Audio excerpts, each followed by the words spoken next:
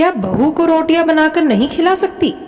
पता नहीं किस जन्म की दुश्मनी निकाल रही है मुझसे। ऐसे छुई मुई बनकर बैठी रहती है जैसे मेरे आने से पहले 8-10 नौकर चाकर आगे पीछे फिरते रहते थे। थोड़ा बहुत हाथ पैर हिला भी लेंगी तो कौन सा शरीर घिस जाएगा इनका। सब कुछ मेरे भरोसे छोड़कर बैठ जाएंगी। बाहर से थक कर आओ और फिर घर में आते ही रसोई में लग जाओ। वंदना खिंचते हुए अपना सारा गुस्सा रसोई में बर्तनों पर निकाल रही थी। ऐसा नहीं था कि उसकी सास रुक्मणी जी को बहू के बड़बड़ाने का भान नहीं था, लेकिन वो भी ढिठाई पर थी। बहू की बड़बड़ाहट को एक कान से सुनकर दूसरे कान से निकाल रही थी। वंदना एक पढ़ी लिखी लड़की थी। उसका सपना था कि वो अपने पैरों पर खड़ी होगी। उसने नौकरी के लिए कई जगह आवेदन भी दे रखा था।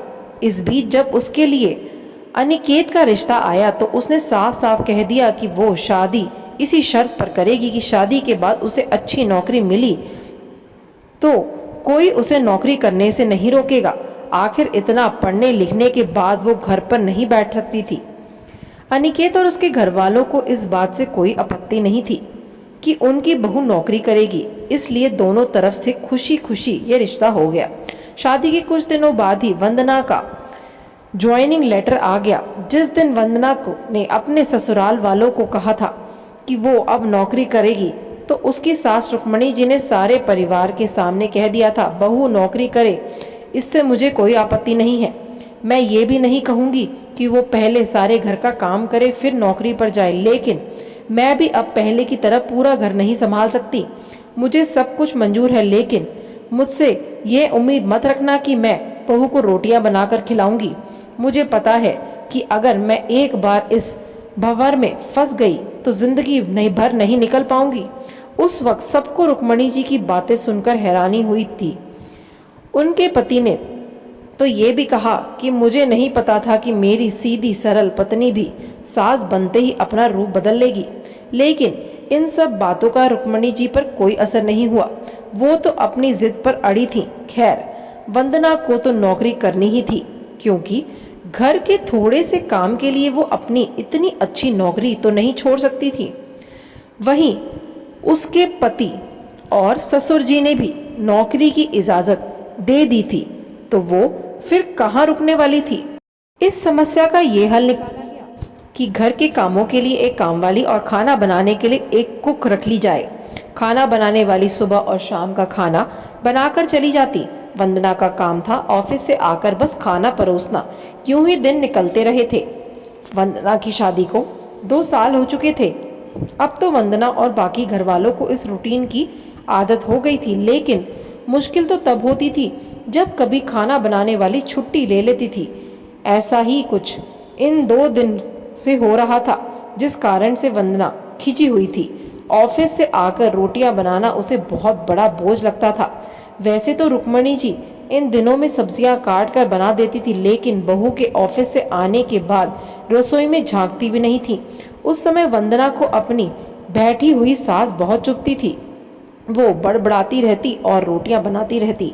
बाद में अपनी माँ से फोन पर भर भर कर शिकायत करती, जिसके बाद उसे थोड़ा सा सुकून मिलता था। कुछ दिनों बाद वंदना के भाई की शादी भी तय हो गई। वंदना की होने वाली भाभी भी नौकरी पेशे वाली थी।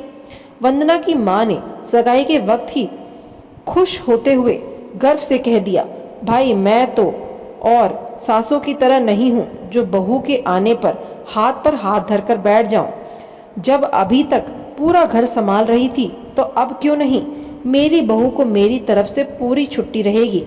जब एक माँ अपने बच्चों को रोटियां बनाकर खिला सकती है तो बहू को क्यों नहीं खिला सकती। बहू तुम निश्चिंत होकर नौकरी करना, रसोई मैं संभाल लूंगी। वंदना की माँ के उच्च विचार सुनकर उसकी होने वाली भाभी का पूरा परिवार और खुद वंदना भी गदगद हो गई। वहाँ माँ आप कितने बड़े दिल के हो, काश मेरी सास भी आपकी तरह होती, लेकिन मेरी किस्मत में ये सुख कहाँ। मेरी सास को तो बस हुक्म चलाना आता है। मुझे गर्व है कि मेरी माँ इतने खुले विचारों की है। अपनी चिड़चिड़ाहट निकालते हुए वंदना बोली।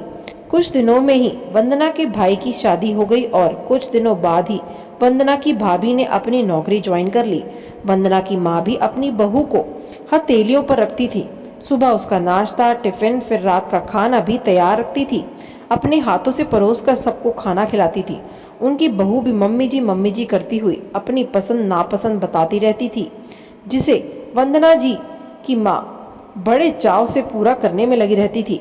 खुशी खुशी दिन बीत रहे थे, लेकिन ये प्रक्रिया धीरे धीरे अब उदासीनीय में बदल गई थी।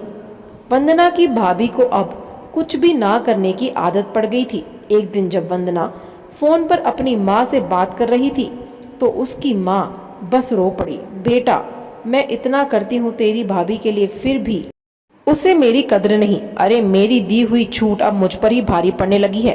क्या हुआ माँ, आप ऐसे क्यों बोल रही हैं? आप तो भाभी का मुझसे भी ज्यादा ख्याल रखती थी। क्या भाभी ने आपसे कुछ कहा है? वंदना बेचैन होते हुए पूछने लगी। कुछ क्या बेटा, अब तो वो सब कुछ मुझे ही कहती है। ऑफिस से आने के बाद एक गिलास पानी के लिए भी मुझे ही आवाज देती है। नाश्ते में थोड़ी देर हो जाए तो मदद करने के बजाय गुस्सा होकर यूं ही बिना खाए चली जाती है। आखिर मेरा भी कुछ आत्मसम्मान है भी या नहीं? मैं तो उसके लिए बस एक काम वाली बनकर ही रह गई हूँ। माँ, ये तो बहुत गलत बात है। आप भाई से साफ साफ कह दो। क्यों नहीं देते कि अपनी बीवी की लगाम खींच कर रखें? आप माँ है, कोई नौकरानी तो नहीं।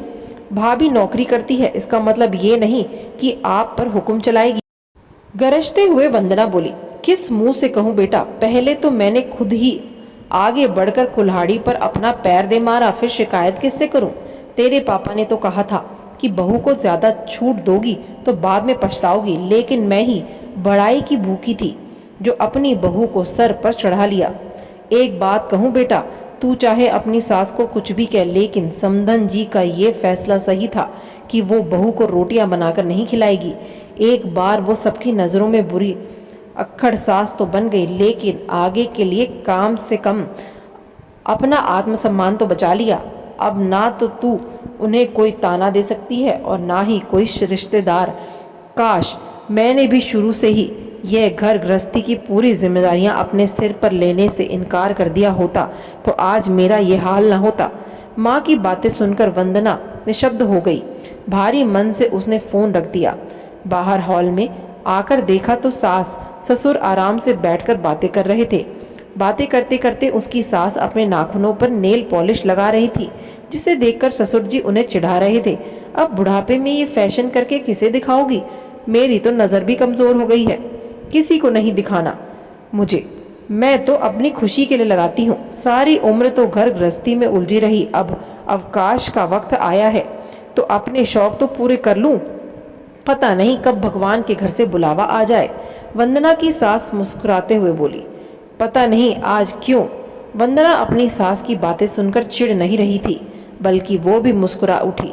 सही तो कह रही हैं मम्मी जी, एक गृहिणी को अपने लिए वक्त ही कब मिलता है। पहले अपने बच्चों का पालन पोषण करना, फिर उन्हें बड़ा करना, फिर काम काज बहू आ जाए तो उसे और उसके बच्चों को संभालना। काश मेरी माँ ने भी मेरी सास की तरह पहले ही कह दिया होता कि बहू को रोटियां बनाकर नहीं खिलाऊंगी। आशा करती हूँ ये प्यारी सी कहानी ने आपको एक अच्छा मैसेज दिया होगा और आपको ये कहानी अच्छी लगी होगी, आपको ये कहानी समझ आई होगी। अगर आप मेरे चैनल पर नए हैं तो मेरी इस कहानी को, मेरे चैनल को सब्सक्राइब ज़रूर करिएगा, अपना प्यार ज़रूर दीजिएगा। तब तक के लिए धन्यवाद। मिलते हैं नई कहानी के साथ।